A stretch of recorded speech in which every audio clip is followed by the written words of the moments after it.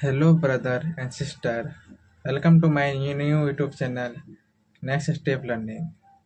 इसमें हम लोग ये बताने वाले हैं कि अगर हम 8 क्लास से 9 क्लास पहुंच रहे हैं तो क्या क्या परेशानी आती है, क्या क्या डिफ़िकल्टी ऑर्डर हो जाता है, इसके बारे में बताने वाले हैं।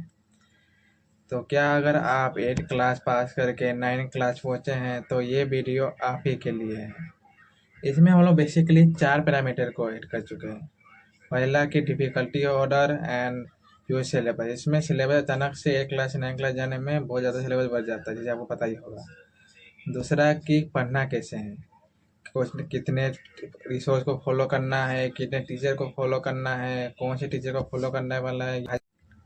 तीसरा है कि टाइम मैनेजमेंट। इसमें क्या है कि आप एक चैप्टर को बार बार पढ़िए, नया नया चीज़ पढ़ने की जरूरत नहीं है, जितना है वही पढ़िए, वही सबसे बेहतर रहता है।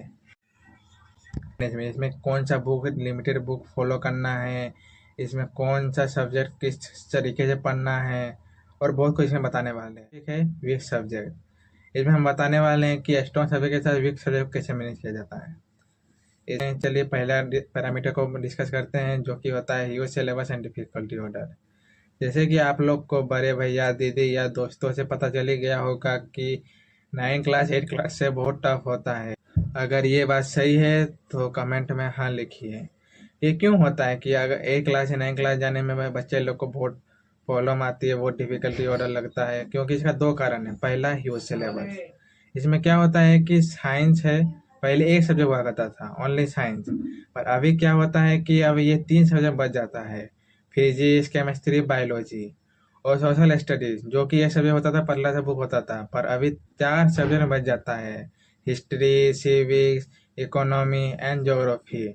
जिसके कारण ये बहुत ज़्यादा सिलेबस बढ़ जाता है और इसको पढ़ने का तरीका भी अलग अलग है, जिसके कारण ये और भी दिक्कत हो जाता है 9 क्लास वाले को। और इसमें दूसरा कारण यह है कि हम लोग 6 7 8 इसमें हम लोग रट पे ज़्यादा फोकस करते थे। हम लोग रट लेते थे, 2 3 दिन पहले एग्जाम में रट लेते थे और लिख के आ जाते हैं। पर 9 क्लास में ये पूरा चेंज अलग हो जाता है, गेम अलग हो जाता है। इसमें क्या होता है कि 9 क्लास में ज़्यादातर समझना पड़ता है, रटना नहीं पड़ता है। कितना ही समझेगा, इतना बड़ा सिलेबस है, रटने जाएगा तो फिर भूलते जाएगा, फिर रटिएगा फिर भूलते जाएगा। इसलिए समझ के कॉन्सेप्चुअल अंडरस्टैंडिंग करिएगा ताकि को लॉन्ग टर्म तक याद रहे। इसमें दूसरा है कि पढ़ना कैसे है। इसमें बेसिकली हम लोग ये डिस्कस करने वाले हैं कि आप किसी एक यूट्यूब चैनल या एक प्लेटफॉर्म को पकड़िए, जैसे हो गया PW या नेक्स्ट टॉपर या कोई भी यूट्यूब फ्री चैनल जैसे वेदांत। तो अगर आपके पैसा नहीं हो तो फॉलो कर सकते हैं। सभी टीचर अपने आप में बेस्ट है, किसी को कंपेयर मत कीजिए। नेक्स्ट टॉपर और PW तो बेस्ट ही है, और दोनों अपने फील्ड में महारत है, तो ये लोग को कंपेयर मत कीजिएगा। दूसरा है कि आप NCERT को लाइन बाय लाइन पढ़िए। कोई भी चीज़ जैसे आपको क्या बोलते कैसे क्वेश्चन बनता है, फ्रेमिंग बनाइए, वो क्या बोलते लाइन से, जिससे क्या होता है कि आपको आगे चल के नीट के एग्ज़ाम जैसे डिफिकल्ट एग्ज़ाम में ये बहुत काम देने वाला है, खासकर बायोलॉजी में। और क्या चौथा है कि आप क्या बोलते कॉन्सेप्चुअल अंडरस्टैंडिंग करिए, रटने में मत जाइए। थोड़ा डेप्थ में कीजिए, खासकर फिजिक्स और मैथ में, ताकि ये आपको भविष्य में IIT वाईटी का तैयारी करे तो उसमें आपको फाउंडेशन बिल्ड हो जाए और निकाल पाए इजीली। चौथा है कि आप क्या बोलते हैं स्कूल टेस्ट दीजिए। इसमें क्या होता है कि आप स्कूल टेस्ट ही है एकमात्र जरिया है जिसमें आप अपने आप का सेल्फ कॉन्फिडेंस बिल्ड कर सकिएगा, अपने आप को प्रूव कर सकिए कि आप भी किसी से टॉपर, किसी से कम नहीं है, आप भी टॉपर है। इसमें क्या होता है कि टॉपर कोई भी हो सकता है, भले ही IQ 19 20 हो सकता है, पर आप ज़्यादा पढ़ के उससे ज़्यादा नंबर ला सकते हैं। तो ये सब लोग वही करता है। इस पैरामीटर में मैं पांचवा टॉपिक ये इंक्लूड करना चाहता हूँ कि आप NCERT क्वेश्चन प्लस सही क्वेश्चन NCERT का कभी मत भूलिए। ये बहुत इंपॉर्टेंट है। आपको बहुत लोग को लगता है कि मैथ में NCERT क्वेश्चन ईजी रहता है, पर आप मानिए एक्सरसाइज का लास्ट में जो रहता है वो थोड़ा टफ होता है, वो बनाइएगा जरूर, क्योंकि उससे बहुत फायदा रहता है। और आपको पता ही होगा कि NCERT और एक्सरसाइज क्वेश्चन NCERT के वो डायरेक्ट एटलीस्ट बोर्ड में या स्कूल के पेपर में आ जाते हैं विदाउट डाटा चेंज। तो ये आपके लिए बहुत इंपॉर्टेंट है। इसमें मैं तीसरा पैरामीटर इंक्लूड करना चाहूँगा, टाइम मैनेजमेंट। बेसिकली बच्चा जब 1 क्लास से 9 क्लास में जाता है तो टाइम मैनेजमेंट नहीं हो पाता है। इसमें मेनली दो कारण है। पहला कि एक्सेस रिसोर्स, कि इसमें क्या होता है कि मतलब बच्चा लोग को एक्सेस रिसोर्स मिल जाता है, 2 3 टीचर मिल जाता है, तो वो क्या करते हैं कि एक सब्जेक्ट को मास्टरी करने के लिए एक चैप्टर है उसको 2 3 टीचर से पढ़ने लगेंगे, जिसके कारण उनका टाइम भी वेस्ट होगा और उसको कन्फ्यूजन भी हो जाएगा। इसीलिए मेरा मानना है कि आप एक ही टीचर से पढ़िए, अच्छे से पढ़िए और लेक्चर मत करते रहिएगा, क्योंकि आप एवरेज स्टूडेंट बन जाइएगा। आप एक बार लेक्चर पढ़िए, फिर उसको पेन पेपर में सॉल्व कीजिए, मैथ मैथ खास कर, ताकि इससे ही आपका कॉन्सेप्ट बिल्ड होगा। लेक्चर देखने से नहीं होगा, ये सब तो लेक्चर देख ही रहे हैं, इसमें आपका उसका डिफरेंस नहीं होगा। एक्स्ट्रा ऑर्डिनरी रिजल्ट के लिए आपको खुद से पढ़ना ही पड़ेगा, यही मेरा मानना है।